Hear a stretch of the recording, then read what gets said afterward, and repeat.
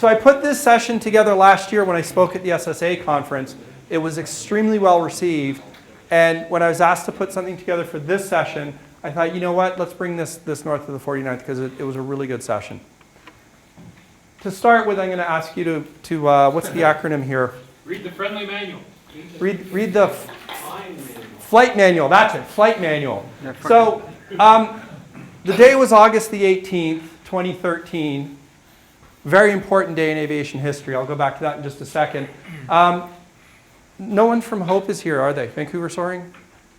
So if you recognize the registration. So I was visiting Vancouver Soaring. That's my buddy Gary standing beside me. And we just landed from a lovely flight in their 505.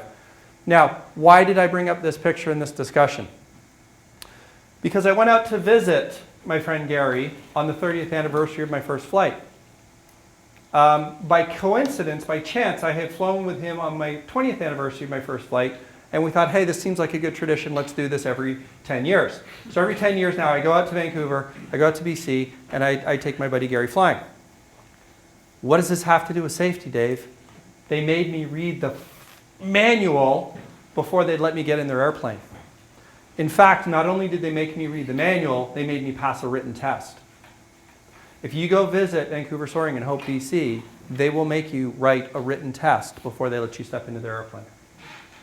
And I thought, wow, there's something. QNIM also? Thank you. Yeah, there's a few clubs doing this? Cool, this was the first time I encountered it. So here's my question to you. Why do we study the anatomy of airplanes? Why do we study and read the manual? Like we go through ground school and we say, these are ailerons, these are elevators and flaps and wheels and stabilizers and all this fun stuff. Why do we do this? The devil's in the details. The devil is in the details, Drew, absolutely. Why else? No surprises. So we understand what's going on and why certain things are functioning the way they do. And when they start functioning oddly, we can kind of problem solve and we can figure out what's going on. And we can prevent those things from functioning oddly. So here's my question. Have you read your own manual? Because the most important tool, the most important instrument in that cockpit is your brain. Now, here's the good news. You actually have two brains. It's actually kind of the bad news. The neocortex, which is our outer brain. Neo means new. Cortex is where we think. This is where our language is. This is where our coordination is. This is where a lot of our movement is. This is where we think and process information. This is where we perceive information. So when you are looking around the room and you're hearing my voice and you're processing the words I'm saying, you're using your neocortex. The midbrain is kind of the connection between the two, but there's the reptilian brain. And the reptilian brain is all about reaction. It's all about survival. This is the part of your brain that keeps you alive. It keeps your heartbeat going, it keeps your respiration going, it does your blinking. But it also does your instantaneous reactions. You know those reactions where, and for me it's bees, like any sort of flying, stinging insect. My wife thinks I'm pretty hysterical because I become a little girl. Right, we get into that reaction. That is your amygdala. That is your lizard brain taking over. And what it's doing is it's trying to keep you alive. Now, it does this faster than the neocortex can process. Right? And that is a specifically evolved survival instinct.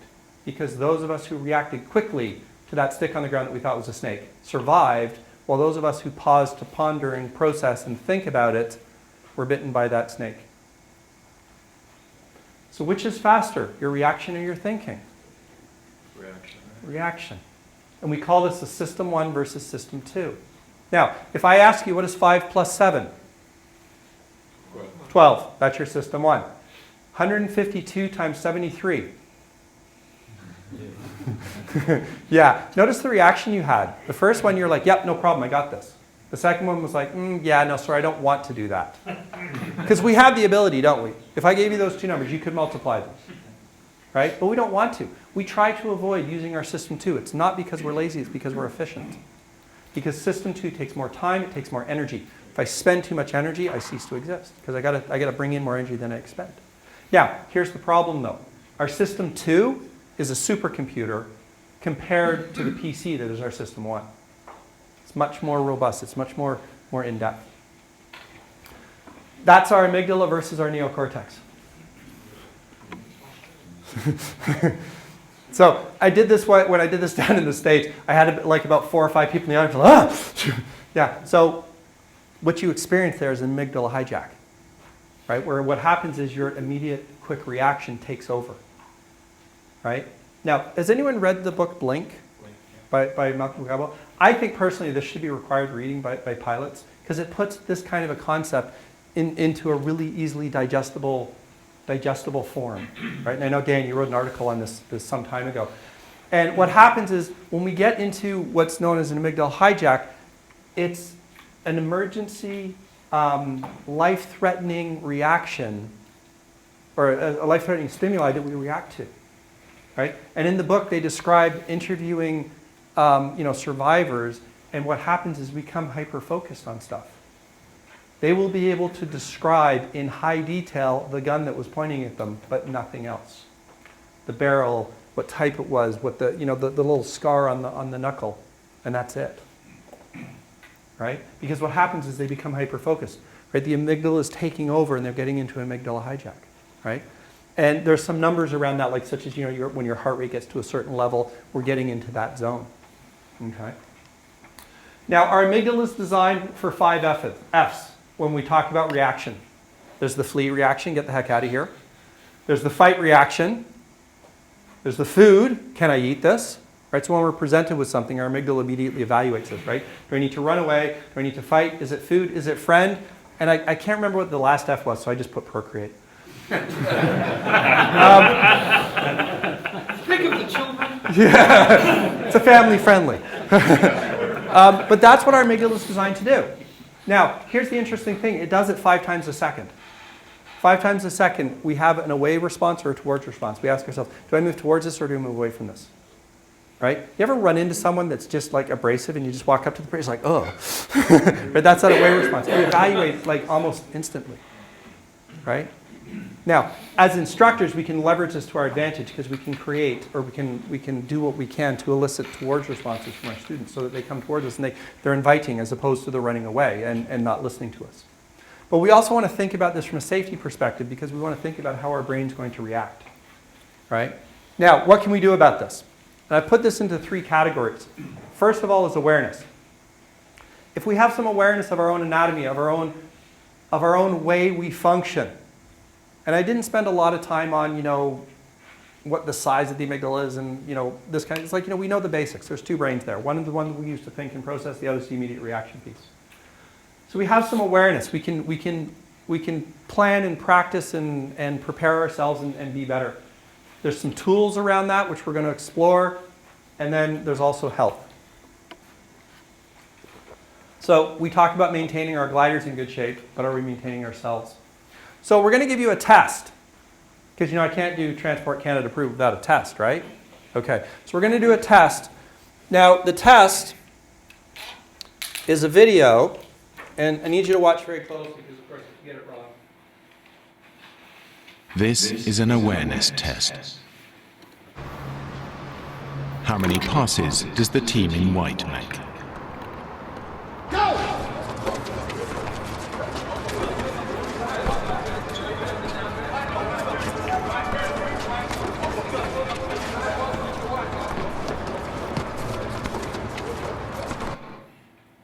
The answer is 13. Okay, quick show of hands, we got 13. But did you see the moonwalking bear?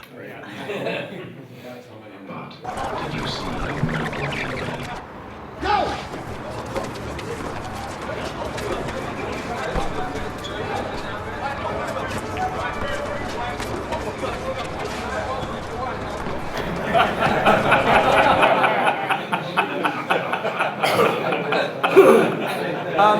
Has anyone seen that video before?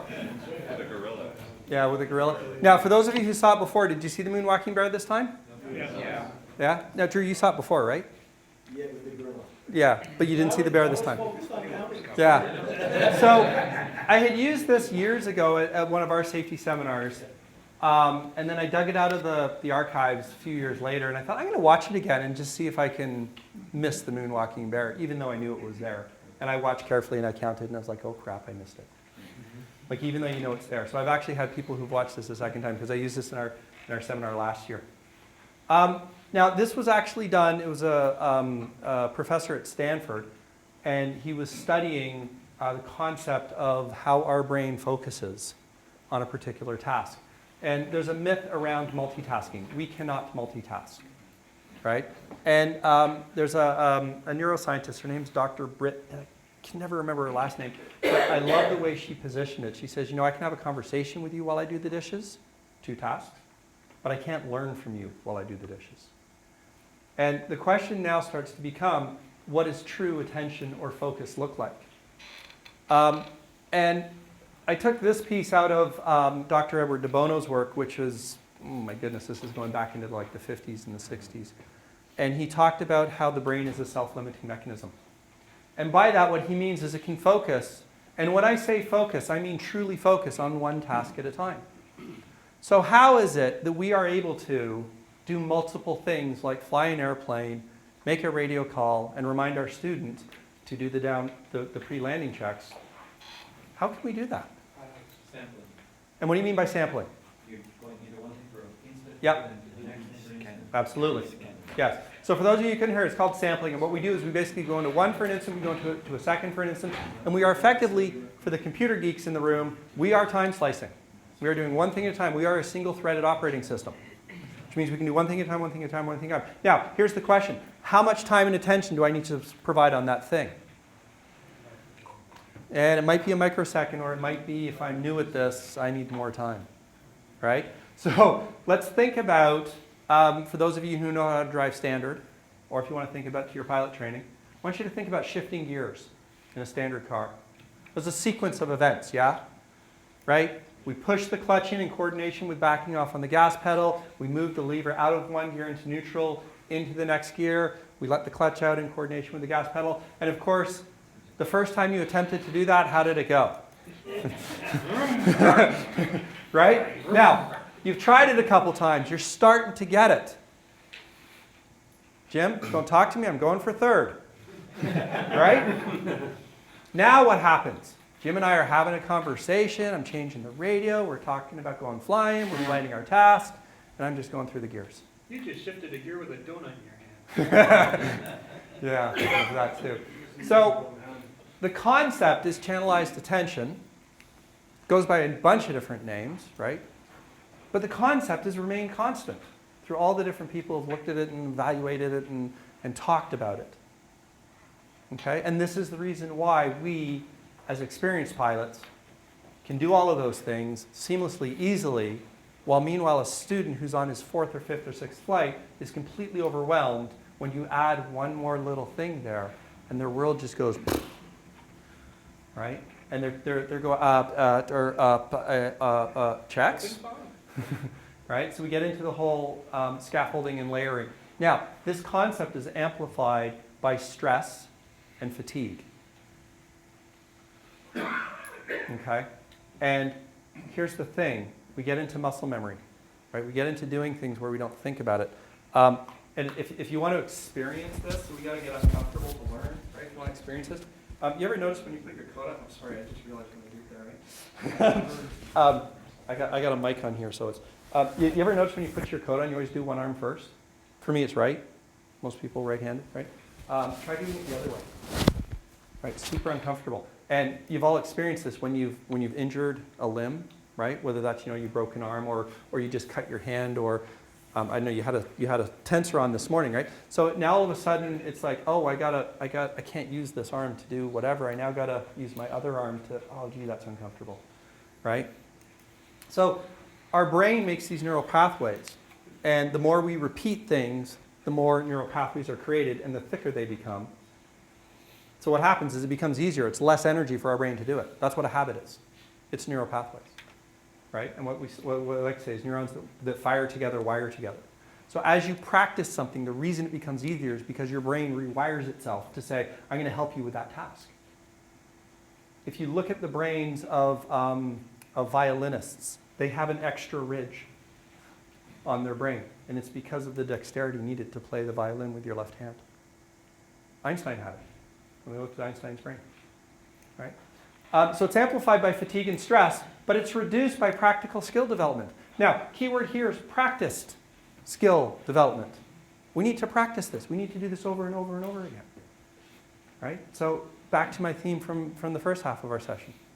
We are what we repeatedly do. Because we will build those habits. Okay? And the more we do it. But we're gonna create that habit. So hence, if I have the habit of turning left at the barn on my downwind to do my base, then that's what I'm going to continually do. And on that day when it's windy and gusty and I'm in a different ship now, or the barn burned down, yeah. Right? I'm going to get myself in trouble, right? Now, this concept has also been expressed in the form of learning, which is the 4 stages of learning. The first stage of learning is unconscious incompetence. This stage is characterized by I don't know what I'm doing, unconscious, and by the way, I can't do it, incompetence. The second stage of learning is conscious incompetence. I know what to do. You've told me. I heard you. I just can't do it. Right? I've tried. Right? That's conscious incompetence. We now move to the third stage, which is conscious competence. This is me shifting gears with Jim. Jim, if you're quiet, I can do this, but I need to concentrate. Right? So it needs to be a conscious. Fourth stage, now Jim and I are heading to the contest together. Unconscious competence. I can do it without thinking about it. The muscle memory. Right? Now, as instructors, we actually have to step back out of unconscious competence. We have to step back one stage to be able to teach. Which is actually kind of really cool because if you play golf or tennis or something and you want to throw your opponent off, ask them how they're doing it. Because it becomes really uncomfortable to think about it, right? And that you actually go off your game when you do this. So we need to have this practice skill development. Now, the next piece I want to take a look at, I want to separate stress versus pressure. Is anyone familiar with the old adage, if you want something done, take it to someone who's busy? Have you heard that expression? Yeah, Lucille Ball was the one who coined it. But it is actually based in science. In 1908, a pair of researchers plotted stress, or what they call arousal, that's attentional arousal, against performance, and they found that as you increase someone's stress, you increase their performance. And this is known as Dodson's law. Right? Now, think about this. In your work, whether that's in our flying work or in your professional life, how's your performance when you're bored? How's your productivity when you're bored? Not so good. Yeah, it's kind of crappy, right? Because you're like, whatever, I'm relaxed, I'm chilled. Right? Now, you get stressed. So I had a very stressful week this week. I did my very first delivery of a new program that we just wrote Wednesday, Thursday, Friday. So, I worked with a team. We wrote this new training program. We delivered it for the first time Wednesday, Thursday, Friday. And then I have to come here and do this session. So my stress level is pretty high this week. But my performance is way up. It's actually been really productive weeks, a couple weeks. But of course, we get to the point of optimal anxiety right in here. Because when you go beyond that, so Dan, our meeting tomorrow, I'm done. Right? Yeah, so when we go beyond that, now think about your students in the cockpit, right? We're increasing their stress levels, right? We get to that optimal point where they're getting this and they're performing. Then you add that next piece and they're like, right? We just passed that point of optimal, right? So we have that balance. And this can even happen with experienced folks, right? So we get past that point, and there was a comment made on break where someone said, I think the brain was moving slower than the airplane was. Right? The brain's wanting to slow everything down, right? So the brain starts processing slower, but the airplane's still moving faster. Right? Yeah, mental task saturation, right? That's what this is. 1908, they figured it out scientifically. Yeah. Now, the thing is, though, stress improves your performance, but there's some new research out that shows pressure actually reduces your performance. So we're going to separate stress and pressure. So what's the difference between stress and pressure?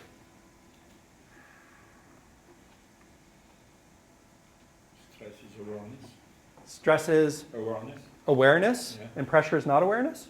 Time. Time? Who said time? Expand on that for me. Time pressure. Okay. Yeah, hurry up. Stress without, you can take your time and Yeah. it's not time factor. They're super similar though, aren't they? Yeah. They're hard to separate. Yeah. And what we actually just did there is we switched on our system too. Okay, I got to stop and think about this. It takes a bit of energy, doesn't it? here's the separation, and this is adopted from a book called Performing Under Pressure. It's a fantastic book.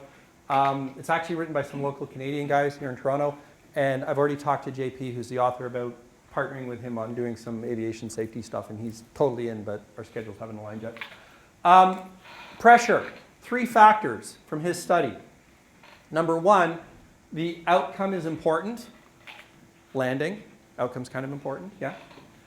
The outcome is uncertain, and you feel like you are being judged. If those 3 factors are present, your stress is turned to pressure and your performance will degrade. So what can we do to reduce pressure? It's not a trick question, folks.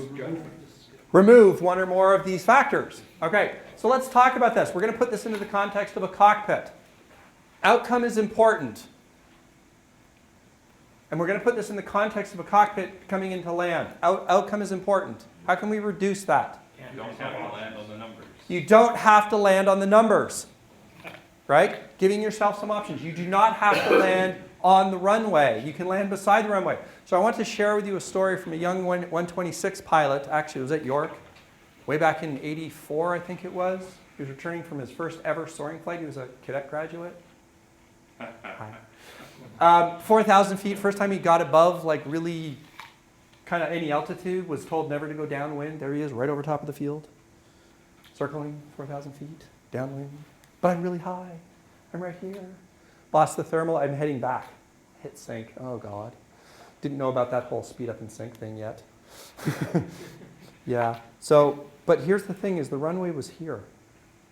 Right? So I'm heading back to the circuit, and then, okay, mid-circuit, okay, now downwind, okay, now kind of straight in. But the runway's like about a good 45 degrees off my course. So I come in, just make it, and I do this beautiful 45-degree bank turn and come in and land. So proud of myself. Instructor comes over to me afterwards and says, you know you were less than a wingspan above the ground? Yeah, I didn't. I know. I was like, really? No, he says, yeah, I took your wingspan and did this. Second instructor comes over to me and says, I'm really pissed off at you. I said, why? He says, you ruined a perfectly good example. What? Did you know you were lined up on the runway? On the cross runway? And here I am telling my student, look at this pilot coming in, he's going to land on the cross runway, you don't have to come back to the active. And there I go and do this friggin' turn. Yeah, so here's what happened. The outcome was so important to me to get back on the runway I took off from. Because at that point in my career, I'd never landed on a different runway than I'd taken off from. Right? So yeah, there was a gap in my training, and I make sure that doesn't occur to my students. Now, the outcome was uncertain because I wasn't sure if I was going to make it back.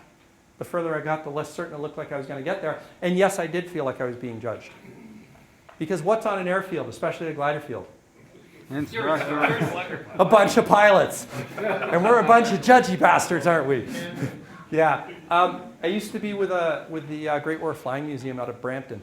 And where their hangar is, it's right by the numbers on one of the cross runways. And we had a set of numbers.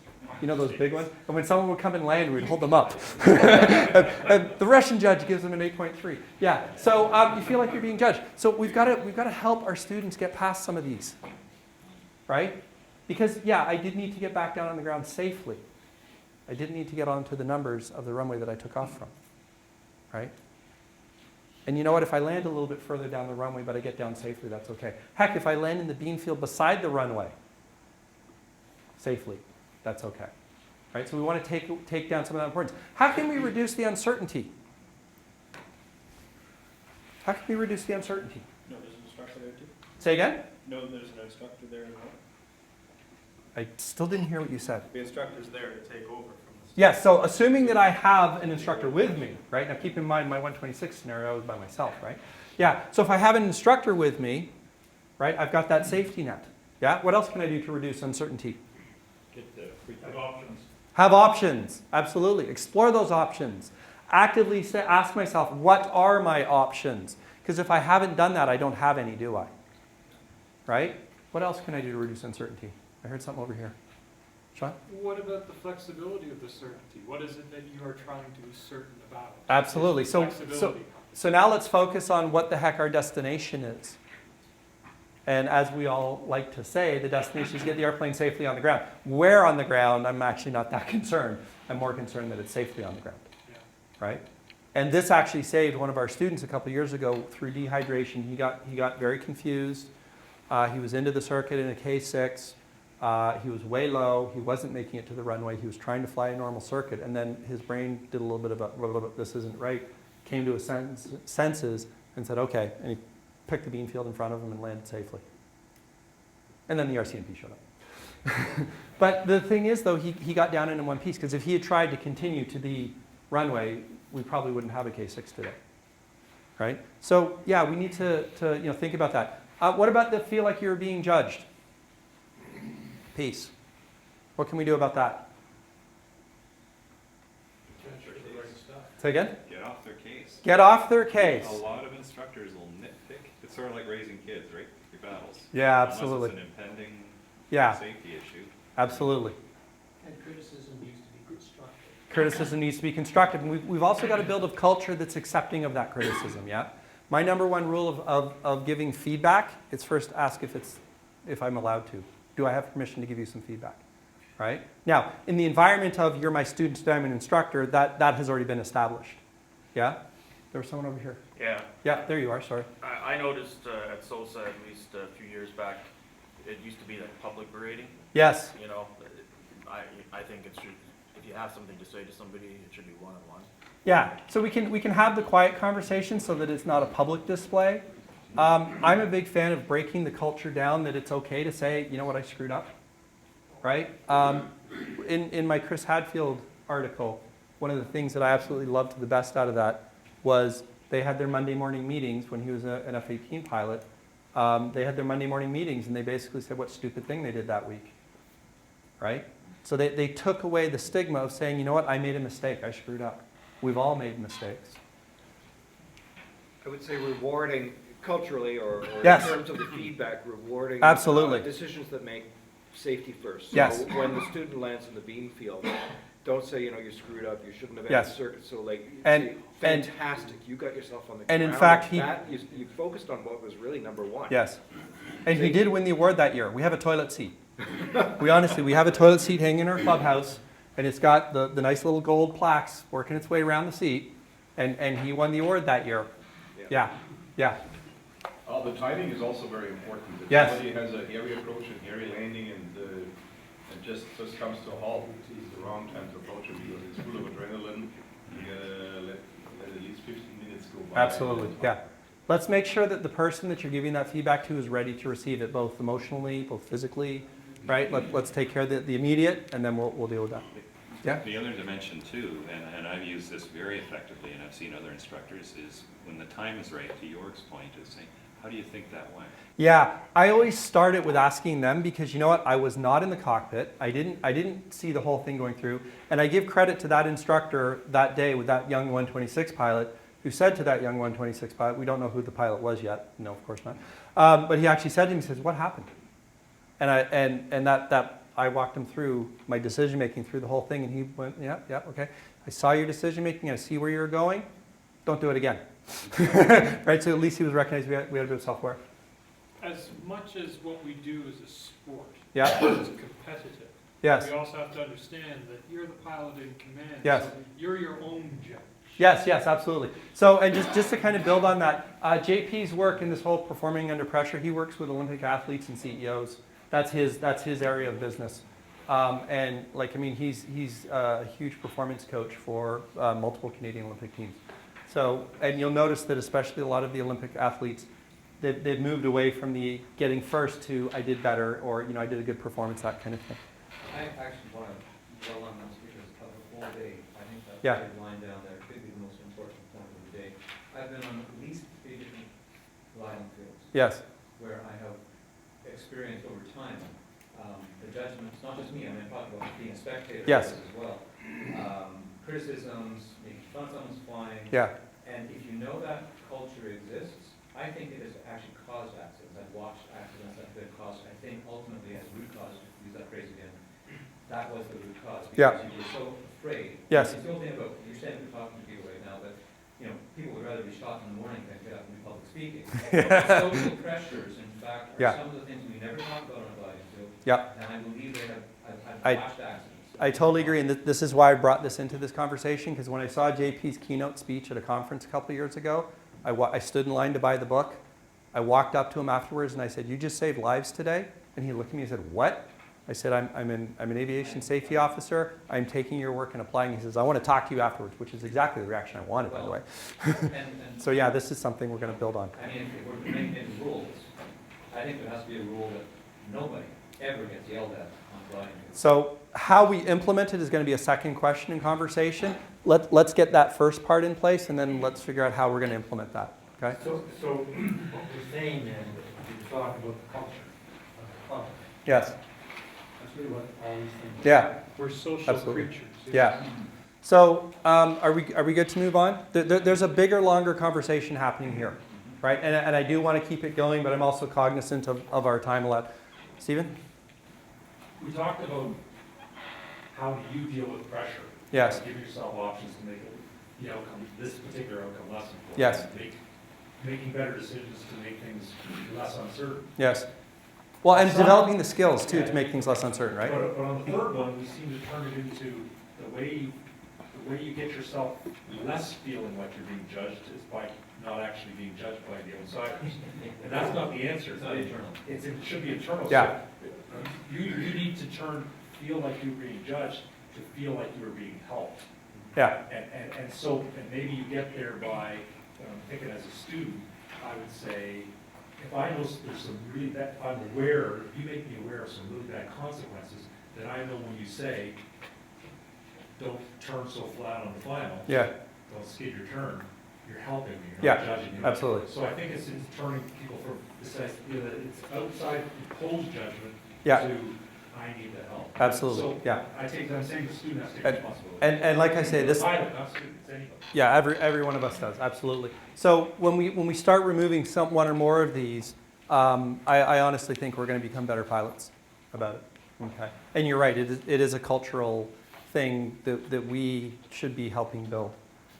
So pressure adversely impacts your cognitive success. He has something in the neighborhood of about 400,000 data points around this, looking at athletes, looking at other performance areas. It downgrades your behavioral skills. Most people perform below their capacity, and it's often camouflaged as stress. Right? So yes, stress does increase your performance, absolutely. Right? So when we listen to the stories of the competition teams and you're down to that 1,000 feet and struggling and trying to get out, your performance is dialed up. Versus you're at 8,000 feet, you've got final glide, you're cruising for home, you're relaxed. Right? That your performance will actually go down in that part. And you know what? That's actually okay, because we do have to have that ebb and flow of having a bit of a break versus I'm 100% on, right? And today we feel this increased pressure. I mean, look at the people who are answering their phones while driving, causing accidents. Texting and driving has taken over from impaired driving as the #1 killer of people on the roads. Yeah, and it's the FAA actually last year, 2 years ago, the FAA directly attributed a general aviation Cessna accident to in-cockpit use of phones. The guy was taking selfies. And the most interesting data point on that is that most of the accidents occur within 7 minutes of hanging up. Within 7 minutes of hanging up. So it's not merely the Yeah. cognitive distraction of Yeah. the phones, Yeah. the emotional or whatever Yeah. processing of the data. Of Right. the whole. Pressure. Yeah. We're back on pressure. Yeah. My boss, self-admittedly, cannot resist, so he locks his phone in the trunk. Right. So when you walk, he's like he hits the button, the trunk opens, he puts his briefcase in, he puts his phone in, he closes, he goes and drives. It's like, yeah, good on you, dude. Yeah. I find what works for me is I use it as a GPS. And it's like the fact that I can see it, it doesn't bug me. I don't focus on it, right? It's like I know it's there, so yeah, it works for When me. your wife calls you in your airplane, she says, "Don't land out, I'm not coming to get you." No, on the plane it's stowed. Actually, it's when I'm driving. All right. Stress or pressure? So now the way I had done this session before is I posed this question, and then we would break off into groups, and that's what I had the paper there for. I'm also being cognizant of everyone's time. But if I can volunteer, if I can get 2 scribes, one on each end here, and let's just talk very briefly. We'll just do one sheet. What are some of the things we can do to deal with this? And I'm looking for a tactical thing we can do at the club level to help deal with this, to reduce that importance, reduce that uncertainty, reduce that level of being judged. And what we'll do is we'll just go back and forth. So let's hear something from this side. Let's hear something from this side. Who wants to start us? I'll start. Go for it, Dave. You cannot reduce the importantness Why not? because everything you're doing in aviation is critical. Okay. You can mitigate it, as you talked about, not Okay. landing on the numbers, landing on, but Right. all the outcomes in aviation are important. Okay. So So focus on the other two. So can we say then, can we put the importance into context? Certainly. Okay, so can you write that down? Put the importance into context. And here's the reason why I want to make that distinction, because I totally agree with you. This is a tough one when we put that in the aviation context. Putting it on, do you agree though, putting it on the numbers is not important? No. You Yes, do? I agree. Yes, you agree, thank you. So here's the thing, we've got to be cautious of how our message is interpreted. Because if you tell me you want a precision landing, I may interpret that as put it on the numbers. It depends on the exercise. If the exercise is today we're doing spot landings or precision landings. Agreed. So let's put it into a context, okay? Because of course the important piece is get the airplane down safely as opposed to put it on the numbers. Yeah? Beautiful, thank you, appreciate that. What can we do about this? Oh, we've got one already. Oh, how are we doing with pressure? Right, so let's have one from this side. It's not a competition. Go for it. Put that one, Sean, or Stephen put up. Turn judgment into, I need help. Yeah, turn judgment into assistance. Love it. Dan.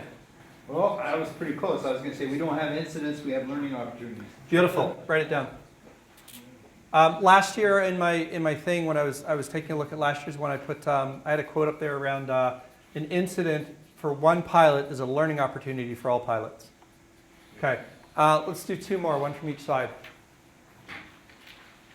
What can we do at the club level to deal with any one of those three, except for importance, according to Dave? Well, somebody else mentioned the cultural idea. Okay. And I think that's a key point. I think. So what culture? So you want to build a culture of, finish that sentence. Of acceptance. Beautiful. Culture of acceptance. I'm going to talk about uncertainty because that one bugs the crap out of me. There's no such thing as uncertainty. There's only a lack of options. Okay, write it When you down. have lack of options, you have Yeah. uncertainty. So remove lack of options. Now, what I'm going to invite you to do is to continue this thought process. Sorry, yeah, Joe? Yeah, get all the instructors up to this level of awareness. Beautiful, yeah. So let's increase awareness across our community, Yeah. right? I was hoping to spend a little bit more time today expanding this. But what I'm going to do is I'm going to invite you to continue to think about this, right? So remember our system 1, system 2 thinking, right? Our system 1 is our instantaneous. Our system 2 is when we think about it, and we process it, we sleep on it, that kind of thing. I want you to continue to think about this, continue the conversation, both at the club level, and I'm going to invite you to continue it more at a national level. We're going to be leveraging some virtual technologies around doing that. So here's a couple that I put up here. I had more time to think about this than you guys. So. Visualization. Did you know you can actually build muscle mass with just visualization? Had people visualizing doing weightlifting and they got like 30% gain in muscle mass. They didn't lift a single thing, right? So visualization, because what that'll do is that'll help wire, right, your brain. It's all in your imagination. It's all in your imagination, yeah. Yeah, they're imaginary muscles. Preparation, right? This is helping remove that uncertainty, right? I want to be certain that my airplane's properly put together, that kind of stuff. Preparation and your reduced perceived importance kind of are joined and hidden in some All of them are joined, yeah. Remove judgment as much as possible, so what Steve was saying. Now, Dave, totally respect what you're saying, 100% agree. The sport that we're in, the thing that we participate, very unforgiving. It is important, totally agree. It's the perceived importance. Right? There are some things that are more and less important than others. Yeah, absolutely. So let's make sure that we're focusing on the right ones, right? In fact, Yeah. I want to throw in priorities. Priorities. Can we pop that up there for me, please? Thank you. Can't make everything. The one thing. Sorry. We can't make everything important. No, you cannot make everything important. Yeah. And everything important, nothing important. Yeah, absolutely. One of the things that I teach at work a lot of Yeah. times with junior managers is that what is your intention? between what you're about to say or what you're about to do. And Beautiful. I say, is your intention noble? And is it a noble intention? Because if you're there to berate somebody, Yeah. that's not a noble intention. Right. But if your intention is to make them safer Yeah. or understand, that's noble. Yes, yes, love it. Yeah, so what is your intention? Absolutely, love it. Now, continuing on, we talked about awareness. We're going to move into tools. So this is a picture I took about 2 or 3 years ago, December 17th at about 2 in the morning. My house is right here. My neighbor's house is here. This is her car. And there's another neighbor's house. So I'm asleep about 2 in the morning and my dog wakes me up. Right? And my wife is like, there's something outside, go check it out. So I throw the house coat on, I walk up the steps and I poke my nose around the bushes and all I can see is flames. They're about 15 feet high. So I run back inside, grab the phone 911, run over to my neighbor's, knock on her door. She's already up. She's phoning her daughter who lives down the street. It's like, get out. It's like, Bev, grab your coat, get outside. I run to the next neighbor's house, Kathy's house, and I'm banging on her door. She's a very heavy sleeper, it turns out. So bang, bang, bang on her door. She finally wakes up. It's like, grab the dog, get out. Right? Fire department arrives. So this picture was actually taken probably about 10 minutes after I discovered the fire, got the two out. Bev and Kathy are standing beside me. We're watching it burn. Erin's now joined us because she got the phone call and came down the road with a fire extinguisher, by the way. And we're standing there watching it burn. You didn't take the picture first. No. I waited till that was done and then took a picture. Yeah. So the flames were actually about at least half the height when I first saw them. Yeah, and then we just saw there and watched the thing burn. So the fire truck shows up. And yeah, so here's the question. What was the situation? Well, yeah, hazard, fire hazard. Well, it's a car. Yeah, so here's the situation. There's a car burning. Now that car is about 5 feet away from the side of Kathy's house. And between the car and Kathy's house are those, you know those big propane tanks? Yeah, so there's our situation. What are my options? So I've just gotten up at 2 in the morning. I'm in my house coat. I'm in the middle of the street looking at this fire burning. Run away. Run away! I could have crawled back into bed. It's not my car. Right? What are my options, right? I took action. Phone 911, knocked on some neighbors' doors. And then I repeated. Right? Oh, that's better, thank God. Right? And of course we teach this, yeah? SOAR, constantly. What's your situation? What's your options? What's your action? Repeat. And the second you do that, you go, what's my situation? What's my options? What's my action? Repeat. Situation, what's my options? What's my actions? Repeat. Right? And this should become just a constant way of life, right?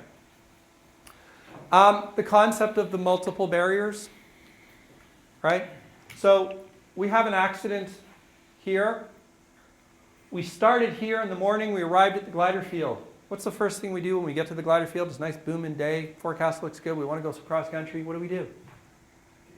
We assemble our glider. Here's our first barrier. Right? Did you do a critical assembly check? Right? We then decide to tow it down to the field. Positive control check. We then hook up to the tow plane. We've got our wing runner. Doing our wing runner check. Oh, missed something. Stop. We just prevented an accident, right? Here's the problem with safety. We don't know what we prevent, right? We do tons of work. And sometimes it feels like we're banging our heads against the wall because people still keep killing themselves and breaking our toys. But there's a lot of other stuff that we've probably prevented along the way. But this model works. It's a Swiss cheese model. Do you remember who created it? I keep forgetting. James Reason, thank you so much. I can always forget. I need to put a note on the slide. So this is the James Reason Swiss cheese model, right? It's about putting multiple barriers. This is having that second set of eyes to look at your airplane before you go and take off, right? Now we have to build a culture to welcome that, right? Yeah. Health. What fuels your brain? I equate it to 4 things. Sleep. Right? Have you ever had one of those days where you're up super late and your brain's foggy, can't really think? Right? Or you didn't get a good sleep and you have to go do a big presentation the next day, your brain's kind of fogged? No, it never happens to you. Today, wouldn't it? Yeah, time zones, right? Absolutely. So sleep. Savings, Tom. Food. Oh yeah, daylight savings time. We're going to be started on that. Food. 80% of your blood sugar is consumed by your brain. Okay? If you are hypoglycemic, if you are low on food, if you haven't eaten, when I was with the cadets, if you did not eat breakfast, if you did not eat lunch, you did not fly. It was that simple. Right? Now, guilty as charged. Who has spent most of the day at the field and skipped lunch because they were busy teaching students or doing guest flights or running the line or whatever? Right? It's easy to do. Right? It also runs on water. You get dehydrated, your brain starts to get foggy. Yeah? And of course it runs on oxygen. Right? Yeah, so we get into hypoxia and those kind of issues. Right? And it also runs on stress. The good stuff, not that pressure, bad stuff, yeah? Because that releases endorphins and gets the brain going and stuff. And that's where we can sort of pull ourselves out of that fog very momentarily while we deal with a particular issue. But it can be very insidious because our performance is off just a little bit. And that little bit of lack of performance may be acceptable in a car, right? But maybe not in an airplane. And it only takes a few seconds, especially when you're in the circuit close to the ground, right? And once it's developed, it may have gone too far and you might not be able to recover, right? Okay, so to summarize, we need some awareness. There's situational awareness. We could do a whole session on that alone. We need some self-awareness. We can look at tools to reduce stress, reduce workload, help us focus. I know there are some pilots who like to turn off or turn down the radio once they get into the circuit, right? What? I said some pilots do, not all, right? You got to decide what works for you, right? Right? Well, if you're landing out, yes. If you're landing out in an airport, that's a good You should keep it on. I agree. I'm not a fan of that myself. Focus. So how about if we turn off the cell phone then? Right? Remember that decluttering the video, right? Help leverage the stress, reduce the pressure, and fuel your engine. We don't expect our cars to run on empty. Why do we expect our brains to run on empty? Right? Yeah. Has anyone ever gone to the airfield intending to fly and then decided, nope, I'm not up to it today? Awesome. Thank you guys. Appreciate it. Yeah, I've done that. Got to the field one day, super tired, kind of groggy. It's like, no. We had a trailer on the field that we could go use for a snooze and slept for 4 or 5 hours and had a good afternoon. Yeah, so here's my closing thought. This gentleman here, Mike Vaccaru, he was a NASA test pilot. And as you can tell by his picture, he's an old pilot. His quote, "Good pilot with marginal equipment is safer than a marginal pilot with good equipment." So, you know what? How about we invest in ourselves? How about if we upgrade our systems, right? So that we've got some good internal systems, we can deal with stuff. Yes, we want to have good, safe airplanes, but the nut that's holding the wheel. Okay. Yeah, Paul. Just to the last point, I've talked to 3 70,000-hour pilots. 70? Wow. 70,000-hour pilots. They were all test pilots. There are guys that are in their 80s, and he says, we don't take chances. All those guys who are in their 80s with their 70,000 hours, they've flown every kind of air. One guy flown everything from a Gloucester Gladiator to, a Harrier jump jet. And he says all this stuff about the right stuff and what pilots have and stuff, he says it's crap. He says if you want to, those guys are dead. Yeah. So the rest of this, yeah. We fly safe, we test within the margins and the limits. We don't push the envelope. The guys who push the envelope are dead, or it's a Hollywood thing. Yeah. But you don't get to be 70,000-hour pilot by, and it's not like they didn't go and test equipment. Yeah, absolutely. All right. I want to thank you guys for your energy, time, and stuff today. Thank you.